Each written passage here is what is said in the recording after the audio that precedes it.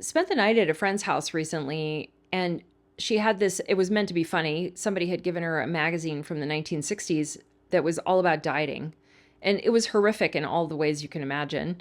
But I remember this spread, like with ideal meals, which all of them were disgusting, by the way. I don't know if you've looked at American food from the 60s. It's like things in jello, like hot dogs in jello and things like, I mean, it's just totally disgusting and all processed. And all of it had a calorie count on it now. So now you're being fed food through these companies promising you less time in the kitchen, which I don't know. I don't know about you, but I think of it as happy time in the kitchen. I sort of love making meals, so I'm not really sure I wanted to get out of there. But so you've got this food that supposedly saves time, as though we're all units of productivity, right? And on the other, now it's causing a problem. But hey, what the issue is that you just didn't count enough. You didn't understand how to count what it was that you were eating. And this right here that I'm describing that started in the 60s is now in full ramp up mode. The difference today is that you've got these apps that are just like super sophisticated looking, and they've got colors, and they'll tell you they have nutritionists behind it, and maybe that's true. It's certainly not a rousing endorsement for those people in that profession, although I don't dismiss nutritionists, but whatever. Where I'm going with all of this is that you can see that this is a trap.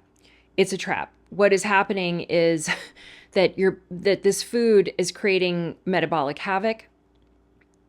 And then there's companies simultaneously on the other end that have the remedy, and the remedy is apparently math. And this is the conundrum that we live with today. Because when you're counting food, when you're actually doing the math of counting food, what kind of food are you counting? Think for a moment. What are you counting? Is it figs? Probably not. What it most likely is food that has a package and a calorie count on the back, and neatly falls into both buying processed food and goes right into that app. You can even scan barcodes now, which sounds like a time saver. I think it's sort of horrifying. Like you're really just in this stream of buying a whole lot of processed food, and that's the issue. And I think, most people, when I talk to them or they come into my program or whatever, what they tell me very clearly is that they want to eat naturally and in tune with their body. I do customer research all the time. And this is the phrase I hear over and over again. And I'm not feeding anybody anything. This is the one. They want to eat naturally and in tune with their body. Now, let's reference back to what modern food has become and tell me what the path is. And, if you know it, great, but I don't.